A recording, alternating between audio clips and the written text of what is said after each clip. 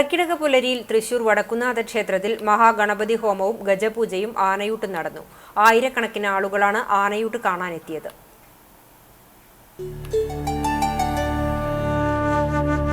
തന്ത്രി പുലിയന്നൂർ ശങ്കരനാരായണൻ നമ്പൂതിരിപ്പാടിന്റെ മുഖ്യ കാർമ്മികത്വത്തിൽ രാവിലെ 5:30 അഷ്ടദ്രവ്യ മഹാഗണപതി ഹോമം നടന്നു. പ്രത്യേകം തയ്യാറാക്കിയ ഹോമകുണ്ഡത്തിൽ 12,008 നാളികേരമടക്കമുള്ള അഷ്ടദ്രവ്യങ്ങൾ അർപ്പിച്ചാണ് അഷ്ടദ്രവ്യ മഹാഗണപതി ഹോമം നടന്നത്. തുടർന്ന് ഗജപൂജയുണ്ടായി. 4 വർഷത്തിലൊരിക്കൽ പ്രത്യക്ഷ ഗണപതി സങ്കല്പത്തിൽ നടക്കുന്നതാണ് ഗജപൂജ.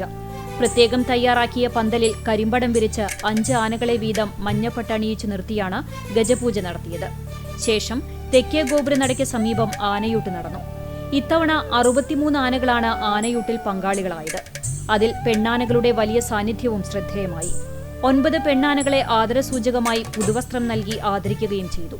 സാവിത്രിക്കുട്ടി എന്ന പിടിയാനയ്ക്ക് ക്ഷേത്രം മേൽശാന്തി ശ്രീരാജ് നാരായണൻ നമ്പൂതിരി ആദ്യ ഉരുള നൽകിയാണ് ആനയൂട്ടിന് തുടക്കമിട്ടത്. പ്രത്യേകം തയ്യാറാക്കിയ ഔഷധക്കൂട്ടുകൾ ചേർന്ന ചോറു ഉരുളയാണ് ആദ്യം നൽകിയത്. പിന്നീട് പൈനാപ്പിൾ, കക്കരിക്ക, വെള്ളരി, കരിമ്പ്, തണ്ണിമത്തൻ, പേരയ്ക്ക തുടങ്ങി പഴങ്ങളും ഗജവീരന്മാർ ഭക്തരിൽ നിന്ന് ആസ്വദിച്ചു കഴിച്ചു. മഴയെ വകവയ്ക്കാതെ നിരവധി പേരാണ് വിവിധയിടങ്ങളിൽ നിന്ന് ആനയൂട്ട് കാണാൻ ക്ഷേത്ര സന്നിധിയിലെത്തിയത്.